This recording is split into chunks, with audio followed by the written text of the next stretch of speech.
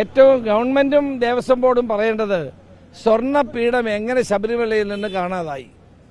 ഒരു ഭക്തർ സമർപ്പിക്കുന്ന സ്വർണ്ണപീഠമാണെങ്കിലും ഏതെങ്കിലും വസ്തുക്കളാണെങ്കിലും അത് സൂക്ഷിക്കേണ്ട ഉത്തരവാദിത്വം ആർക്കാണുള്ളത്?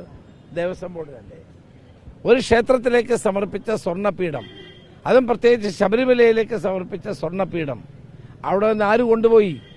അതല്ലേ പ്രധാനപ്പെട്ട കാര്യം. ഇപ്പം സമർപ്പിച്ച ആൾ കൊണ്ടുപോയോ മറ്റേ ആരെങ്കിലും കൊണ്ടുപോയോ എന്നുള്ളത് അതിൻ്റെ ഉത്തരവാദിത്വം ആർക്കാണ്? ദേവസ്വം ബോർഡിന് തന്നെയാണ്. കണ്ടുപിടിച്ചത് ദേവസ്വം ബോർഡ് വിജിലൻസ് ആണ് എന്നതുകൊണ്ടായില്ല. ഇത് ആര് കൊണ്ടുപോയി? ഭക്തൻ സമർപ്പിച്ച സ്വർണ്ണപീഠം എങ്ങനെ പോയി അവിടുന്ന്? അതാണ് പ്രധാനപ്പെട്ട കാര്യം. അതിനകത്ത് ദേവസ്വം ബോർഡിന് ഉത്തരം പറയേണ്ടി വരും.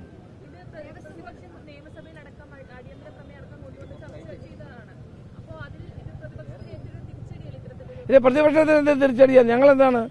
ഞങ്ങൾ പൊതുവെ കണ്ട കാര്യങ്ങൾ പറഞ്ഞു എന്നുള്ളതല്ലേ. ഇവിടെ ഒരു ഭക്തൻ ശബരിമലയിൽ സ്വർണ്ണപീഠം സമർപ്പിക്കുന്നു. അത് അവിടുന്ന് കൊണ്ടുപോയത് ആരാണ് കൊണ്ടുപോയത്? എങ്ങനെ കളവ് പോയി? ആര് കൊണ്ടുപോയി?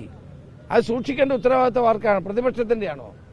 അത് സൂക്ഷിക്കേണ്ട ഉത്തരവാദിത്വം ദേവസ്വം ബോർഡിനാണ്, ഗവൺമെന്റിനാണ്. ആ സൂക്ഷിക്കേണ്ട ഉത്തരവാദിത്വത്തിൽ അവർ പരാജയപ്പെട്ടു എന്ന് വളരെ വ്യക്തമാണ്.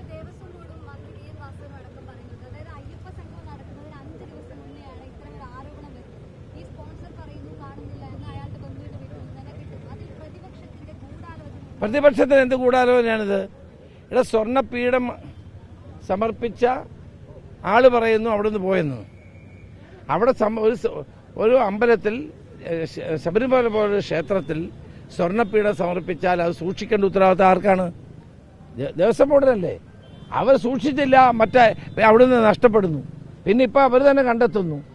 ഇതിനകത്തെ കള്ളക്കളി വലിയ താമസമില്ലാതെ പുറത്തു വരും.